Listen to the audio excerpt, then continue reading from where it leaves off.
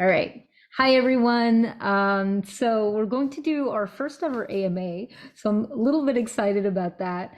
And of course, this is happening live, but you can watch the recording if you've missed it. I know I've got a few questions from someone who can't make it today, so I'll be answering those as well. And if you have any questions that come up like during this hour, then you can just pop them in the chat, and I can just answer them like as is. Um, so the thing is, I've never really done an AMA because I just always figured that we could do it kind of during the live drawing sessions. But then I realized, during those sessions, we're really usually just drawing, and I'm usually like teaching a principle or something. So it's maybe not the right space for it. So it just made sense to me to maybe start creating these kind of like separate AMA things.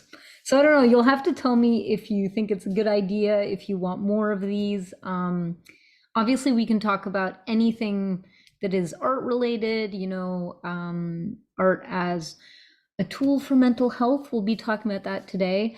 How to further your practice, maybe ideas on how to get unstuck, how to further, like if you want to make a living from your art, what you can do. Yeah, there's just so much, there's so much that we can talk about. So why don't I actually start with, I'm going to start out with the questions of Kate, who couldn't be here today. I wrote them down. Where did I? Here they are. Okay, so she had a few different questions, so I'm gonna just take them kind of one by one, because I do think that they can be really useful, and I think they're very common issues or questions that other people can have. So the first one was, do you have any advice or suggestions on how to get back into your creative practice when you've been away from it for a while, as in been focused on other things? And I think there are many different ways, many different reasons why we can be away from art and not really focusing on it so much. And so this is something that I've often struggled with. For a long time, I would kind of just do it when I had inspiration. But if you talk to anyone, I think, who's been doing this more long term, I think there's a very common thread that happens, is that it's kind of a myth, the idea of only drawing when inspiration hits you. And I think that belief can sometimes be a bit of a block towards getting moving, getting our sketchbooks out and doing things. So one of the things that I did was to create a schedule for myself. And don't get me wrong, I know a lot of creatives hate schedules. You can tell me if I'm wrong in the chat or not, but I know a lot of us are like, schedule, like, oh.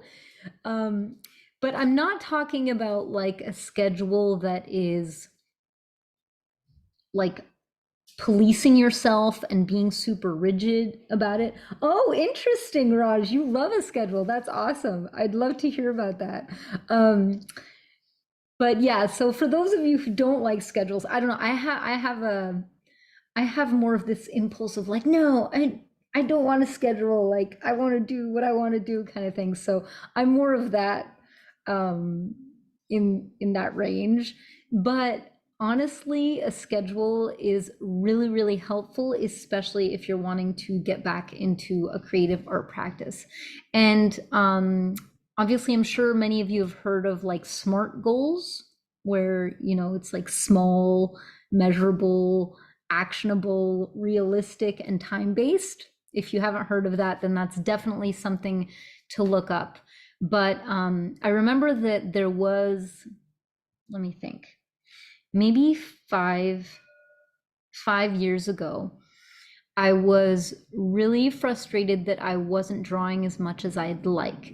And so I decided that that was going to be a priority for me, was to get back into drawing. And so I spent a good few days kind of devising a a way for me to schedule it that felt good to me. And so that's kind of one of the things that I would recommend, is trying to figure out what it is that you're comfortable with and that really kind of ignites that excitement for drawing again. And so often that means also scheduling in smaller blocks of time than you think. So let's say that you're like, oh yeah, but I want to be drawing 3 hours a day or whatever. But right now you're drawing not at all. So maybe that's too big of a goal. And I'd recommend starting like super small, maybe just giving yourself 5-10 minutes, just something that seems realistic enough that your brain can't talk you out of it, if that makes sense.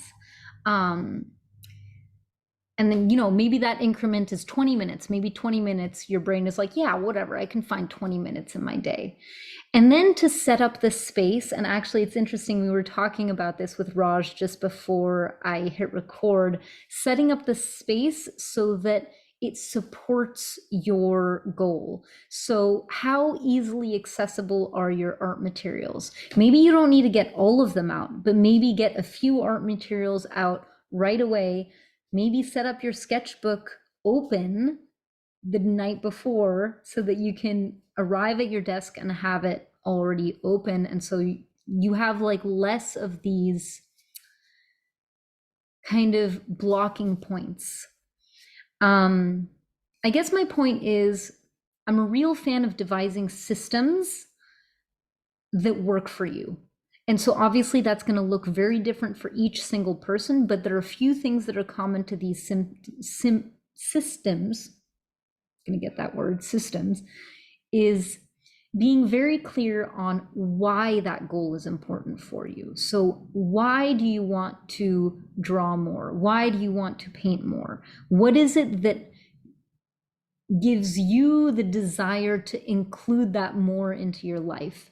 And what is your personal meaning? And I'm not talking about like my meaning or that person's meaning or why art is a good thing, or but what does it mean for you? And to really like write that down, and maybe have like, a page in your journal, in your bullet journal, wherever, where you really take the time to start thinking about this and creating a system that works for you. Another small idea, a friend of mine recently told me that she had started drawing again, but the way that she did it was by buying a super small sketchbook. So every day she's like, oh, I'm going to draw in my sketchbook on one page, but since it's tiny, then that's like more easily accessible. Okay, so that's one way that you can go about it. I do want to talk about another kind of, I guess, complexity about this question.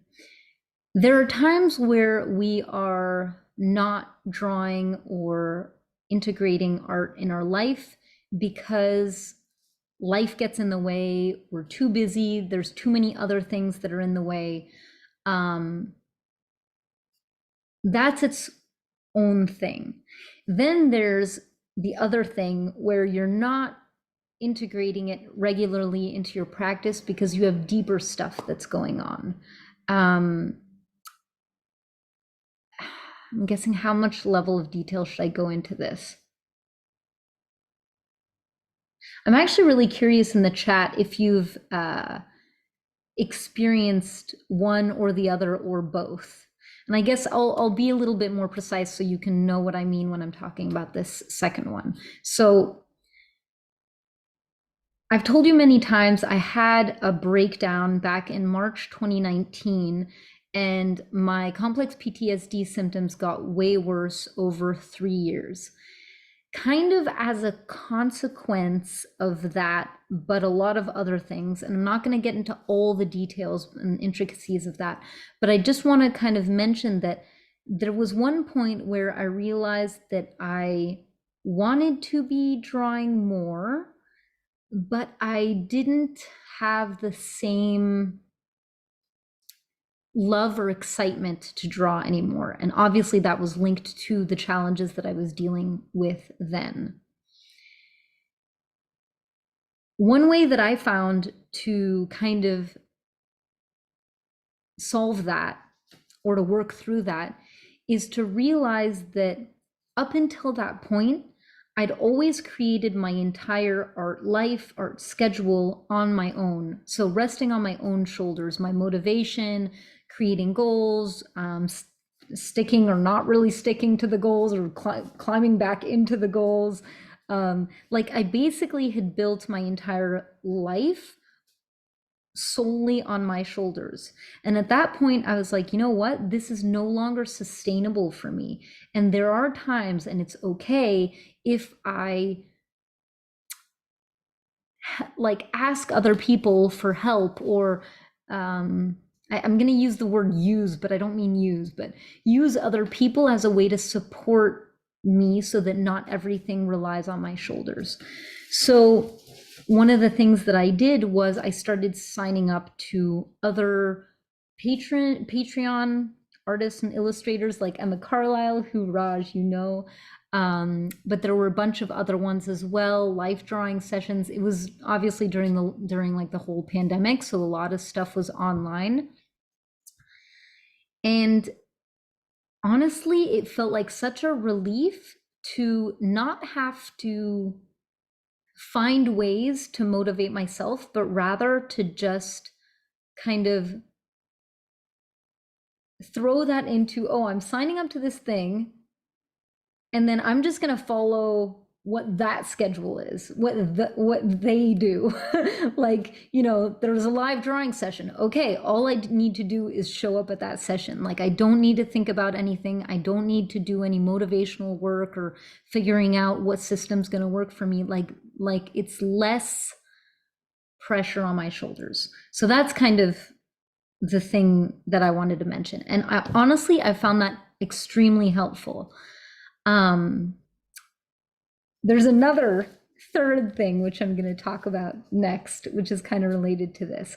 So that was really helpful for a long time. And it did, you know, help kind of maintain my schedule as an artist, kind of helped support me in the idea of, you know, I'm a working artist, so art needs to be a part of my daily, weekly life.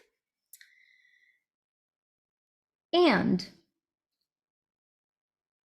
after last summer, where it was a really tough summer, and I thought I was losing one of the people that I love most in the world. After that, I mean, honestly, it was taking me some time to recover from that. And because of that, I also decided I can't do this thing that I had done up until then, which was use other people's Patreons or other people's schedules in order to help me support mine. So at that point, I kind of let go of it entirely. And there's this shift that happened that I had never really experienced before, where before it was more like, if I'm not using art on a daily, weekly basis, then that means I'm not an artist. And there are tons of ways that we prove to ourselves that we're not an artist. Can you hear that? There's like some kids screaming outside. Sorry about that.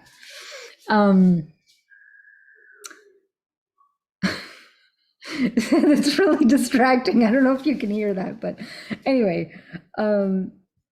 So basically, I guess my point is that there's another level of when we're divesting from our art practice, where it's not that, you know, life is getting in the way. It's not that you've been doing it all alone and you need other people's support. There's this third thing where what it is that you need a freaking break. That's the only way to put it. And I guess I feel in a sense very grateful because of how bad it was. Not that you should be grateful when things are doing terrible, but it really kind of drove home to me in my bones that it's not because you're not doing art that it means that you're not an artist. And the other part of that, you are so much more than an artist. And I guess my point is that there are times and moments where we do need to take a break. We do need to take a step back. And maybe we don't have the bandwidth to do the art, do the thing, even if that's something that at our core gives meaning and purpose to our life. And also, it's about trusting that it will come back and that you will find ways and you will find systems to reignite that and to reintegrate it in your life when it feels right to you. And that's something that I feel like I've really been learning in the past, well, yeah, 7, 8, 9 months. And I've been starting to draw again in a completely different way than I did before. But I'm finding new ways and I'm finding the excitement again. And I'm finding, so it's also just about understanding. And I know it's just so corny when we say, oh, rest, we need to rest. But there are some times where it's really true and where you need to allow yourself to have faith that that doesn't mean that your life is going to be devoid of art or that you won't find your way back. That was a long spiel. I'm just gonna check the chat. Yeah, totally, Raj. So you also did that. That's the thing, is when you make a commitment to your practice in a light way, and I love the way that you said that, it relieves pressure off our shoulders, and we put so much pressure on our shoulders sometimes, don't we? Yes, Ivy, exactly. Live drawings with others, they help you to not overthink and procrastinate. Completely agree. Yeah, it's just a very like you said, Flissy, like relaxing and I don't know how to say it. Like it also makes it feel, personally for me, um, it makes it feel like more connected, which is something that when you do art, I find often it's a very solo endeavor, it's a very personal endeavor. Um, and that's a beautiful thing. And there's a lot of beauty in cultivating that solo personal practice. But having other live drawing sessions, like other people who you draw with, even if you're not, physically in the same room, it really kind of adds that level of connection that can sometimes not be around when you're drawing. Anyway, I hope that that wasn't too confusing, and that that's maybe given you a few little elements of food for thought. I am going to say one thing, and this relates actually to the next question.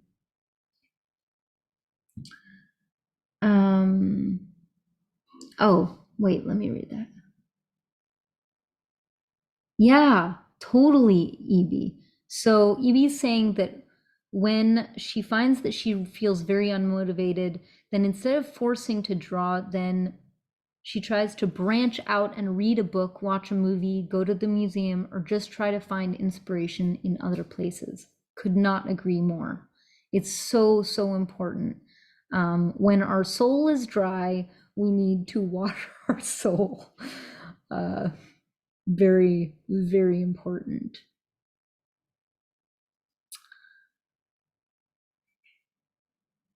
Okay, so the next question is, could you talk about making art for mental health wellness alone, without a business or anything professional attached to it?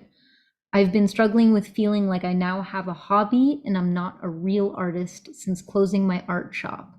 Although closing the shop turning out to be an amazing thing for both my mental health, time, where I focus my energy now, as well as my creativity as a whole. Great question. What I love about how you phrased it is that there can be conflicting feelings about something that you do. So you close your art shop, it did amazing things for you, and at the same time, it's also making you question whether you're a real artist or not. I think that's really, really fascinating and interesting. Um, I kind of think that that's a separate question almost from the mental health one. So I'm just going to talk about that one. Or, I mean, they're related for sure, but I actually was curious. So I went and looked at the definition. It sounds dumb, but the definition of artist. Um, and I found a few different definitions, which I thought were interesting. So one of them is that an artist is a person who creates art using conscious skill and creative imagination, which I think is pretty cool and pretty accurate, in the sense that there's a deliberateness to it. There's a choice. So like, I think, for example, for me, this kind of reminds me of like, would you call a 2-year-old who is just scribbling, would you call them an artist? You could. Do they consider themselves an artist? Well, yes, but it's less about kind of creating art that uses conscious skill and creative imagination and more play through art. Not to say that any one of them is lesser or more than that. But there's another definition that I found, which is actually kind of the first one when you type on Google. And the definition is a person who creates paintings or drawings as a profession or a hobby. And so that I thought was really interesting because I think that there's often this assumption when we think of the word artist that it automatically means you can only call yourself an artist if you are doing it professionally. And I've never agreed with that idea. And so I love that that is part of the definition, that even if your art is a hobby, you are absolutely an artist. And to me, the indication of whether or not you are an artist has more to do with how you relate to that label. How does it feel to you to think of yourself as an artist? Does it like make you feel like kind of like excited, like, whoa, kind of like I can be an artist? That's an amazing indication that that's an important label for you. And if you believe that, then you are. I don't know. I don't know. I'd love to hear actually in the chat if you guys have any other answers to this question, but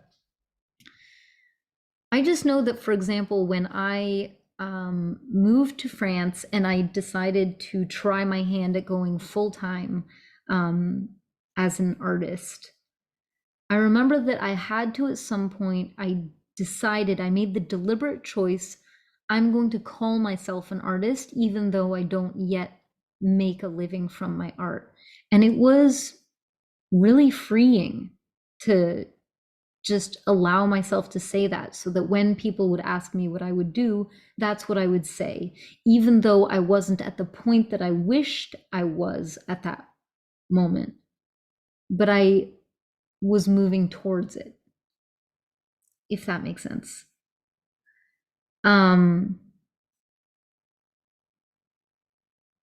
Yeah. It's tricky though, because sometimes you can also know something intellectually and not feel it in your bones. So I understand the whole like fear of the fact that you're not doing it professionally makes you doubt yourself around that label. And I think in that sense, it's just about a practice, about continuing to understand also that art goes beyond just paper. For me personally, being an artist is also about the way that you relate to the world and the things that fill you with joy and creative energy. Let me know if that's confusing the way that I said it, but for me that's like really a huge part of it, which is This got really dark, didn't it? Let me just change the ISO on this.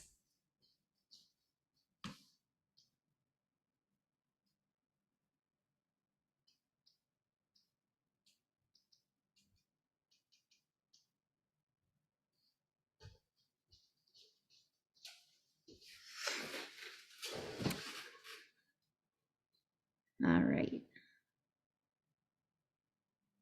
Oh, absolutely, Raj. I love that. Um, Raj says the word practice is really helpful to me. It takes the work away from a destination. It stops me thinking I have to be published, printed, etc. Just enjoying the process of creating and allowing the work to come through. That's, yeah, could not agree more. Flissy also says, yeah, that's interesting. I feel like there is a lot of baggage in the word artist. And so usually I say I like to draw and paint the same way I say I like hiking instead of saying I'm a hiker. That's really interesting. I don't know why, but it makes me think of I've used the Nike Run Club app in the past. I don't know if you've ever tried that, but like when I would go for runs, and there's a coach who I love, and his name is Coach Bennett. He's hilariously like self-deprecating. Anyway, and one of the things that he often says is that you're always a runner, even if you don't run. It's just that, you know, like let's say you're doing like a comeback run, so where you haven't run in a long time, it's like you're just a runner who wasn't running. Like, and now you are. So that's interesting. Like I guess I kind of see, I flip it the other way around, but I do love what you're saying, Flissy, too, is that if you do feel like there's too much baggage around the word, if it feels too pressure filled, if it creates unnecessary tension within your own psyche around creating, screw the label. Who cares? You know? Yeah. And then, so the last question, which I read earlier, but I'll just repeat it again. Could you talk about making art for mental health wellness alone without a business or anything professional attached to it? Yeah, love this question because, I mean, obviously, you know that I see art as a tool for mental health. I mean, it's much more than that, and it can be much more than that. But for me, it's had a huge impact in that respect. And I feel like it's really important to see the value that that has. And again, that's separating this notion of making a living from your art, from the value of art itself. Um,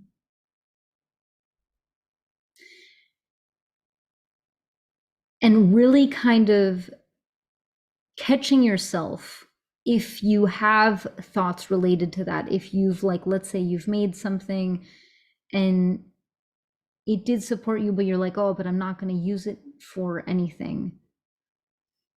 Does that really matter? What matters is what it does for you. Does it bring anything to your life? Does it help you process things? Why would that not have value? And to just really kind of be curious about the thoughts that arise when you are creating art or not creating art. And just really, yeah, just really becoming curious about when that happens. What are the moments that lead to like self-doubt or questioning or criticizing the value of it? What are those moments that happens, and how can you meet that with a little bit more compassion and reminders of the inherent value of doing things that are good for you, separate from their end result or what they do in the outer world?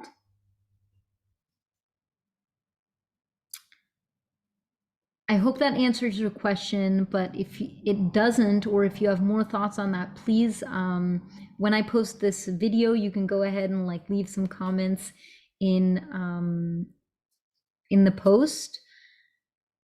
By the way, like I just want to make that clear. I'm giving you guys my perspective on these questions, but I think it's really valuable to hear other perspectives as well, as we saw even just from you guys who are here and giving me your input as well. So if you have thoughts on these questions, please go ahead and share them. I think it's really helpful to hear a variety of perspectives, because sometimes that can give us ideas about what resonates more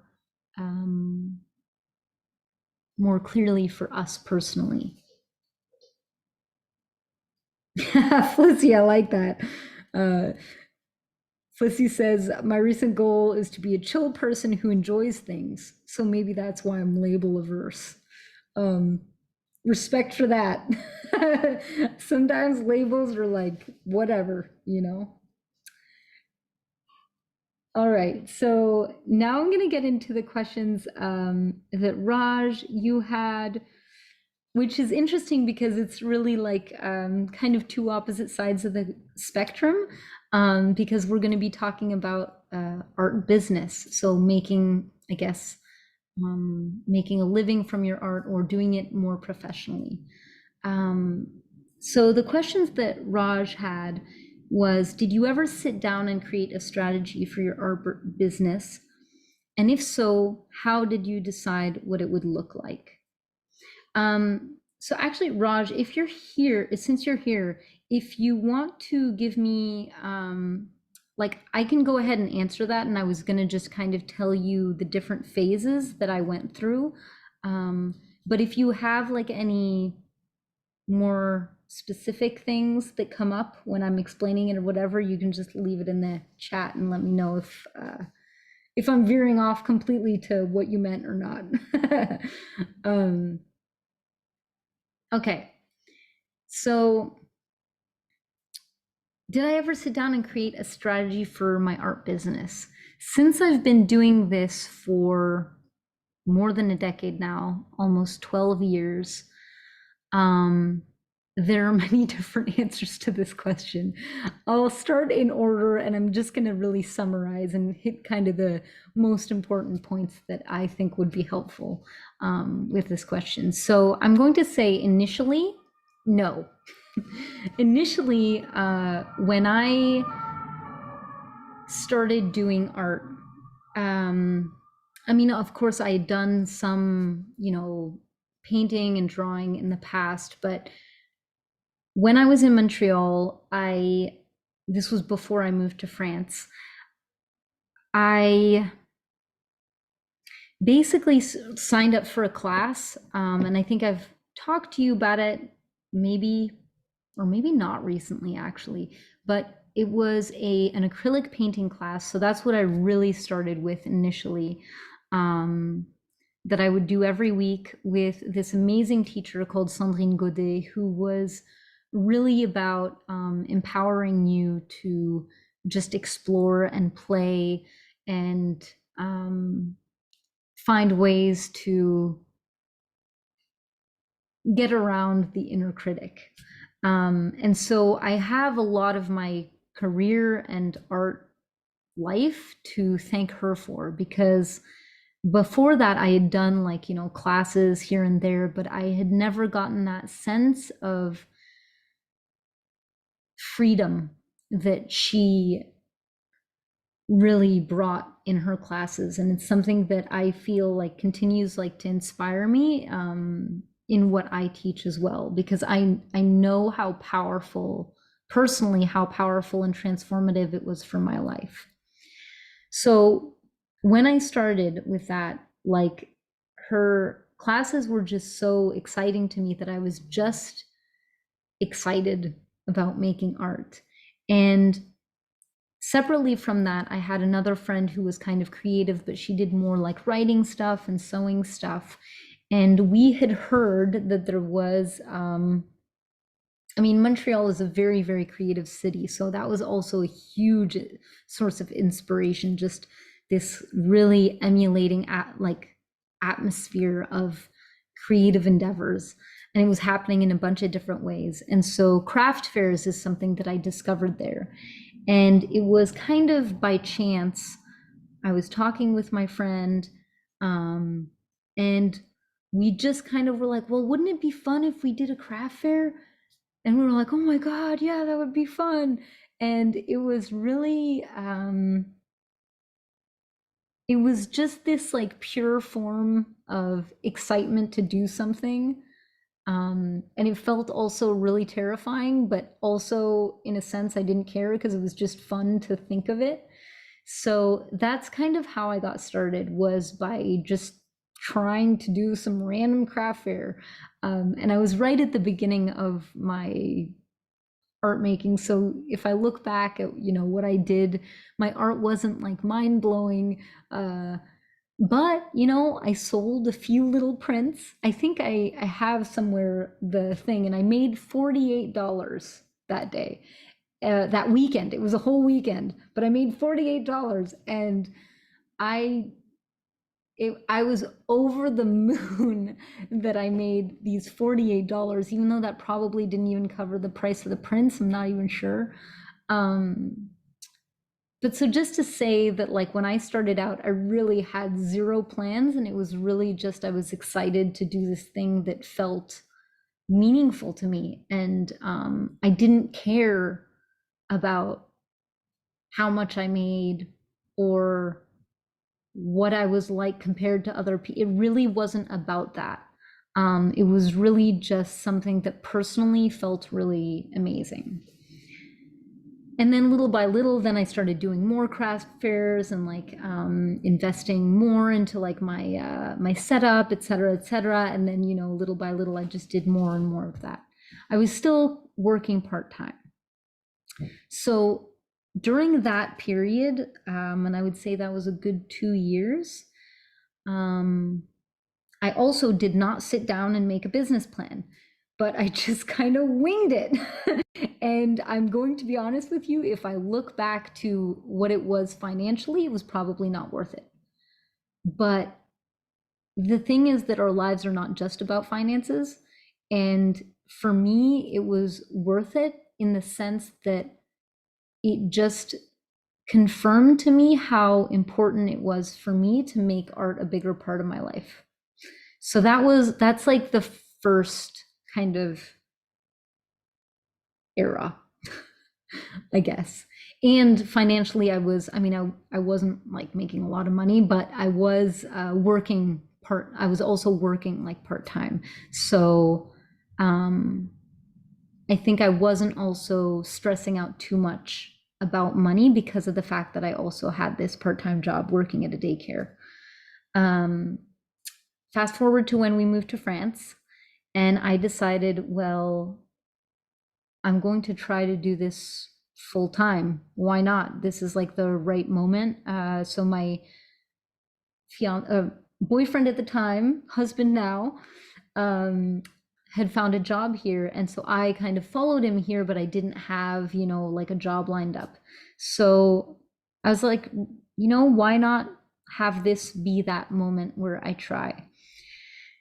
And that's when I kind of sat down a little bit more seriously into it. There are a few different things that I did. I would say, honestly, in the beginning, I was also, honestly, a lot of what I've done is winging it. Isn't that what we all do? I don't know. I feel like a lot of us, like, you just try stuff and some stuff works and some doesn't. And, but no, I did sit down, and what I did initially was I did do just a lot of research around, like, different ways that you can make a living from art. I even at some point, because I'm not a business minded person, I've never studied business. It's just not a subject that I delved into at all. I even signed up for just this coaching app, and it was called Coach Me. I don't know if it still exists. And you could sign up and it was like not too expensive. You could get like sort of like a coach who would give you ideas on how to develop your business. And you'd come with maybe like a goal in mind. So I think that's actually the first time that I created my Patreon was with this coach. Um, and it was really helpful to have someone else kind of tell me what was important to keep in mind, since it was something that I was very, very unfamiliar with. Eventually, though, one of the things that I wanted to make clear is that very early on, when I was reading about this stuff, I read somewhere that it takes about 5 years to make a business viable. And I don't remember if it was 5 or 7, but I think it was 5. I think that's the number that I remembered. So I remember when I read that, it kind of like blew me away, and I was like, wow, okay, so this might take way longer than what I hope it will. And I think that that's something that often maybe we can get caught in a trap or caught in a loop, is that often we want to, and that's with everything, not just, our business, but like healing, let's say, if you're dealing with difficult mental health struggles, is that there's this impetus to rush things, and that if they're not happening fast enough, then there's like just this like stress around it not happening fast enough. And I think that's a good reminder, and it's something that I would try to remind myself regularly, is that I am not doing art just to make money. I'm doing this long term. This is something that I want to have in my life, and I'm building a long-term goal. And so that would help me sometimes with the frustration at how slow it was. Don't get me wrong, I was quite broke. And it did take me a lot of time to get to a place where I was actually making a living from my art. And so there are times where I was just like super dejected that it was so hard. And I think that's also very, very normal. I am going to talk about 2 other things that, where did I put them? Oh, that helped me though. You might know these, you might not know these. But because I'm someone who loves to do research, and so I will like go in and deep dive on topics and just like try to find the most information possible. I feel very grateful that I found these things that helped support me in that. One of them is this tiny little book, which is really cute, by Andrew Simonet, called Making Your Life as an Artist. And this is actually, I bought the book, but you can actually get this as a PDF for free. And I found it like ages ago. And then if you wanted to also buy the book, then you could. And initially I was basing everything on this PDF book that I read. And it's just full of these really beautiful, really great food for thought. If that is something that you want to do, which is to make your life as an artist. I'm gonna see if there's something that maybe I can.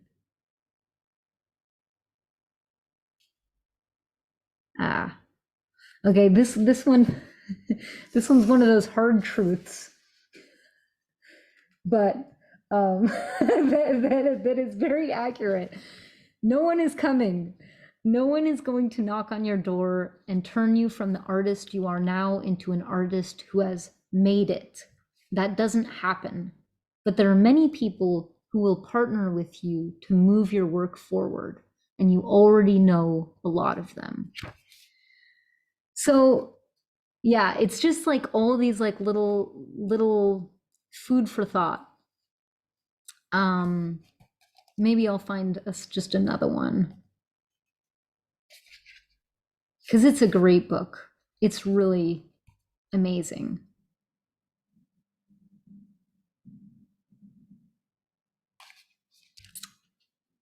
Maybe that one. Sorry, I'm just gonna.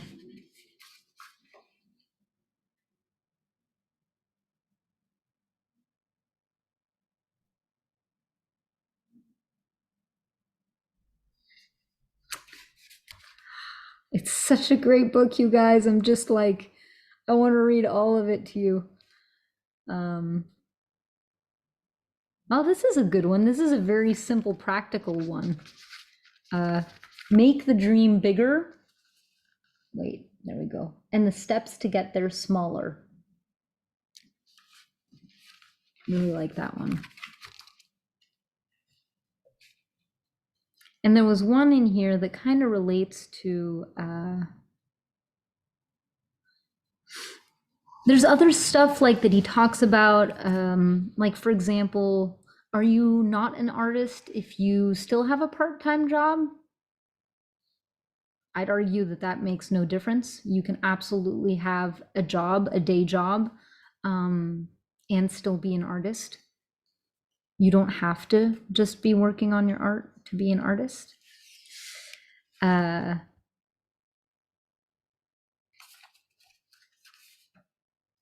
It's better for the world if you keep there we go, that's better. I'll read it for you because you can't really see it. It's better for the world if you keep your mission and change your tactics, become an educator or a journalist, than if you lose your mission and keep making art. That's a really good one. What's your mission? What's your point? What is it that is important to you beyond art making? Very, very good food for thought. Yes, thank you for sharing the link. What I'll do is I'll share the link when I also post the video for those who are watching on replay.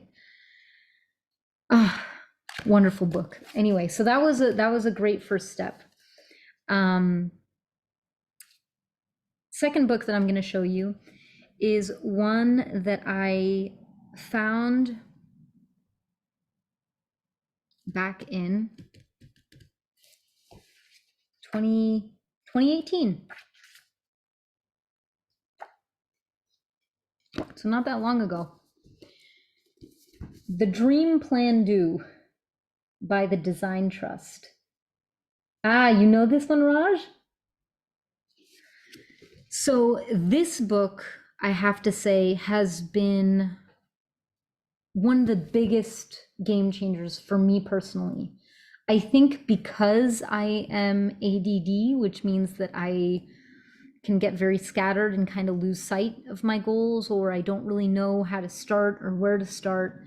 And this was just one of those things where I'm, again, releasing pressure off doing everything myself and using someone else's wonderful, amazing skills at structure and organization to be able to gain clarity on what it is that I want. And I think I had checked this recently because someone else had asked me about this, and I think that they are in the process of making a new one. And this one that I had was actually geared really towards people who do craft markets. So, where you have like certain times of the year where you want to sell your products, et cetera, et cetera. And I used it that way because at the time I was still doing a lot of like art festivals, comics festivals, and craft fairs. But my brother, who's a concept artist, he doesn't ever sell products, as in he doesn't, like sell physical things from his art. And so he still used this and found it very useful as well. And now I still use this as a base structure at the beginning of my year in order to kind of clarify what I'm going to be doing for the rest of the year. Even though I no longer really sell physical products anymore because I needed a break from that too. So yeah. Oh no, you got it in 2020. Oh, I'm so sorry, Raj. That's such shitty timing. Ugh. So Raj asks, did you create a set of goals? I always struggle to know what I'm moving towards, and I feel as though you need to have an idea of that. Oh, please go ahead. Please ask questions. It's all good. um, yeah. Hmm. Okay. This is a multi-part question. Which do you mean, like, do I create a set of goals now, in the past? Yes, I have created a set of goals for sure, many, many times. Um, Let me think about how I'm going to answer this.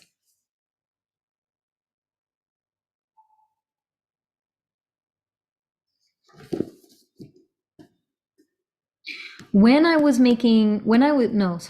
I was in the process of trying to figure out how to make a living from my art, um, yes, I absolutely would set goals because I find that it really does help you focus in on what is important. My struggle with that is I often would have too many goals. So I'm curious, Raj, when you say that, is it that you have too many goals or too little goals, like as in lack of clarity of what you're building towards? Maybe it sounds like more like the latter, right? So that's a really interesting question. Like, what are you building towards?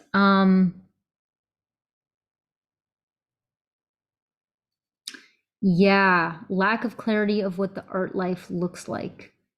So I'm gonna say this, I think, because I think that it's something that is often or not often talked about. I think that there is many different types of art lives as there are artists. So I'm gonna give you an example. Before making a living as an artist, I kind of had an idea of what it would be like to be making a living from my art. And the reality of it is often different from the projected idea that we have of it. So, one very simple example, I thought that once I was making enough money that I was not stressed out about paying bills, that then I would be just literally drawing 8 hours a day, every day, and just super excited to be doing that. Um, and I got to that point where I could have done that. And I realized very quickly, I don't want to draw for 8 hours a day.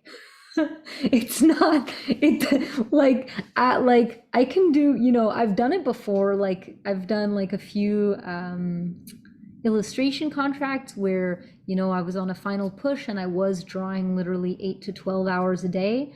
Um, but it was a very small, and I enjoyed it, don't get me wrong. But I also started getting hand pain.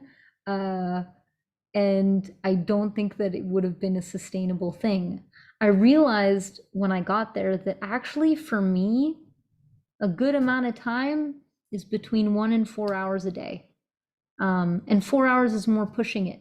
On average, I'd say it's more like closer to 2 or 3. Uh, so that's just one of the ways, for example, that you can see that there's like a difference between sometimes what we imagine that life to be like and what your reality, what feels good to you can be like. And it's not because you're only doing 3 hours of drawing a day that it means that you're any less of an artist. Um, so that's one of um, the points I wanted to make. Another point that I wanted to make is I think that that question requires an understanding of taking some time to sit with what would your ideal art life be? What would you see in it? Um, and also not to spend too much time on that, but to spend some time on that. Um, Sorry, I'm like thinking of a cajillion things at the same time. So sorry if this is a little like dis disparate, like disconnected. In the beginning of when I was trying to think of my art life, I did not think that I would be doing all the things that I do today. Um, but I love what I do today. So there's also this aspect of being open to figuring it out as you go along, but learning to really hone in on what feels right to you and what doesn't feel right to you. And I think that's a super, super important and yet complicated, seemingly simple, but complicated thing to do. So, for example, if you think about what, and I think actually Emma Carlisle did like a thing about what success looks like to you. And I think that's a really good question to ask. Like, for example, in the beginning, when I started out, I was like, oh, well, I want to be in galleries, I want to be represented. Um, and then the more that I thought about it, I was like, is that the world that I want to be in? Do I want to be in the contemporary art world? And I actually, this is a little aside, I actually, when I was in Montreal, I met someone who was very connected in the contemporary art world in Montreal. And so interesting. Like I think he found me at a craft fair and then wrote to me. He bought a few prints. Oh, that's what it was. He bought a few prints, but then he wanted another print, but that I had to go give to him at a future point in time. And he set up the drop off point where I would give him this print at an opening of a gallery show of an artist that he had helped integrate into the contemporary art world. Um, so he was like, I guess what you would call, there's a name for these kind of people, like um, I guess someone who looks for young emerging artists and then tries to integrate them into the contemporary art world, um, like a mentor, maybe, I guess, something like that. Anyway, and so I went to this gallery show with these like massive paintings on the walls. Like literally, when I'm saying massive, I mean like, you know, 5 meters on 4 meters, like whole wall paintings worth I don't know how many thousands of of Canadian dollars. And like literally, the artist, who was this woman, I think in her 30s, the work was really, really beautiful, and was literally getting calls from people saying, I want to buy this art piece. So this is like really like uber rich art world stuff. So I was like, whoa, okay. This is something that I had not considered. And we saw each other several times with this guy, and he made it very clear to me. He came to my studio one day because I had a studio at the time that was shared with a few other people. And he looked at my art. So I had like, set up my art, hung it up on the wall so he could see it and stuff. And he was like looking at all of it, and he was like, listen, if you do this, this, this, I will get you a gallery show. You cannot do this, this, this, this. So he made this very clear distinction where he was like, if people see this art that you make, they won't buy your stuff. So you have to stop making this. And if you tell me that you're going to continue making this, I will bring you into the art world. And I'm going to be honest with you. I was like, I'm not going to do that. And I think that a lot of people maybe would have, and for a while, especially when I was super broke, I was like, oh, should I have, you know, followed what he said or whatever. But your integrity and your authenticity is more important, or at least this is what it was for me. Your integrity is more important than what anyone else wants from your art. And what is the art world that you want to be a part of?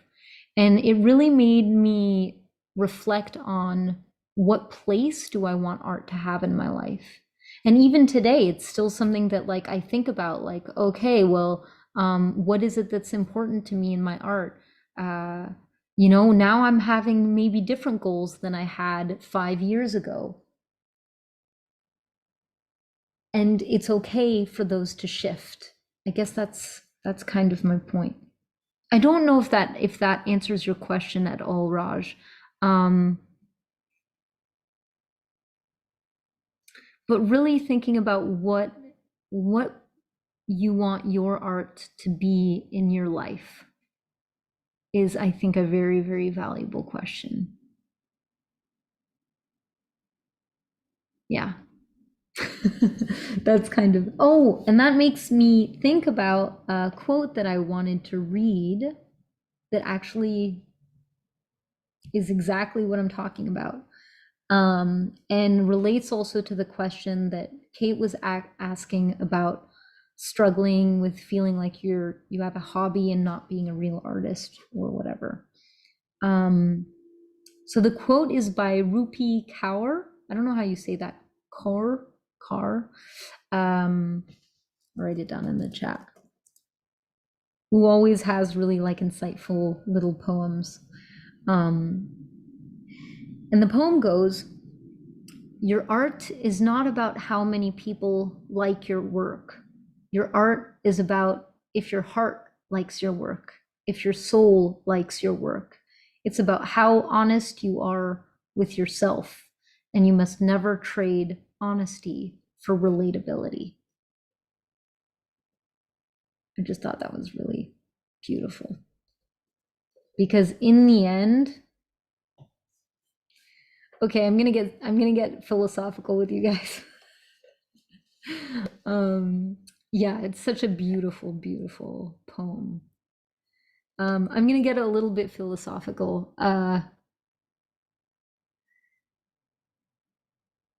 or dark, though for some reason it's not that dark, but it is dark, but it's not. Um, you'll have to bear with me, but yeah, nothing matters. Sorry. But like, this is okay. I'm gonna say it again, but I'm gonna add another. Nothing matters and everything matters. Um,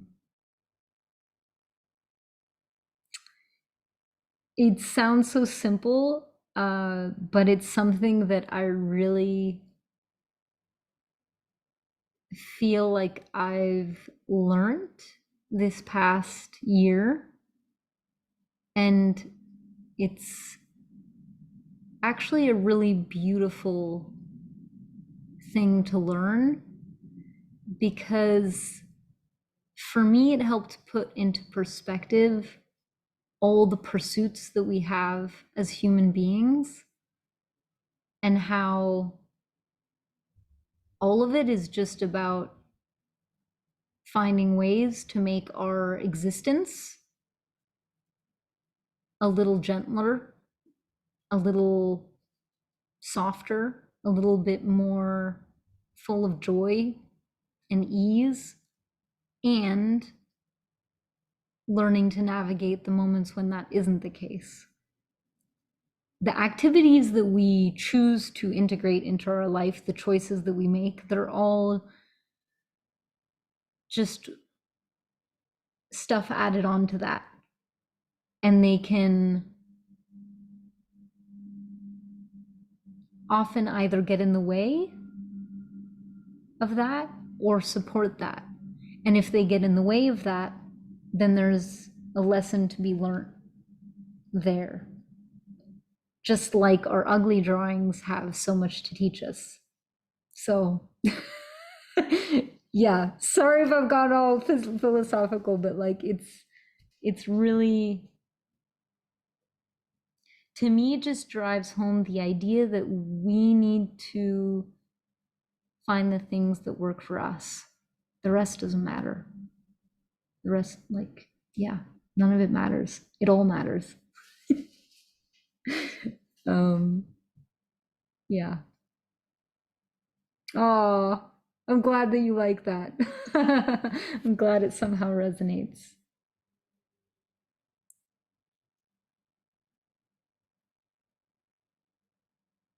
But that being said, that doesn't mean that if you want to set goals, then do. I've started setting goals again for myself, even though none of it matters. But why? Because it gives me joy, it gives me something to look forward to, um, and to like just to work towards. I don't know. All right. We are at the end of our AMA. Let me know if you have any other questions. We could do another one of those. Oh, no worries, Raj. Thank you so much for joining. Thanks for the wonderful questions.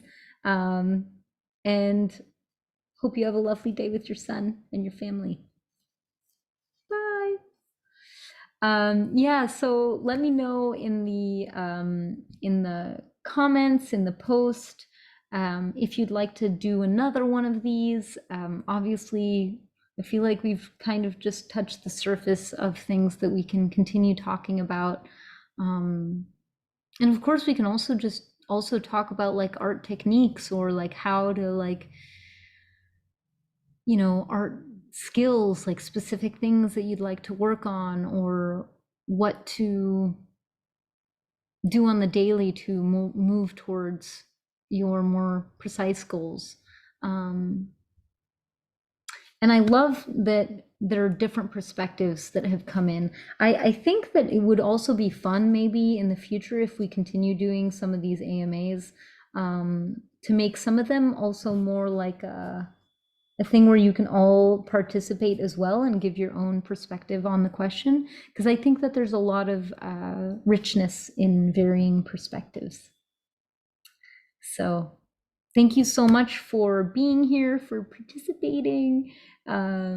I hope there's a little bit of food for thought in there.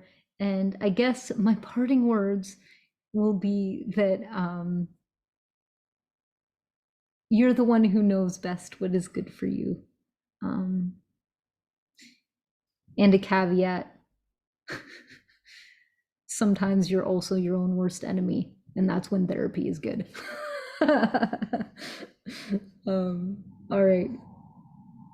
Hope you have a lovely day, and I will see you all very, very soon. Bye. Thank you, Flissy. Thank you, Ibby. Oh, bye.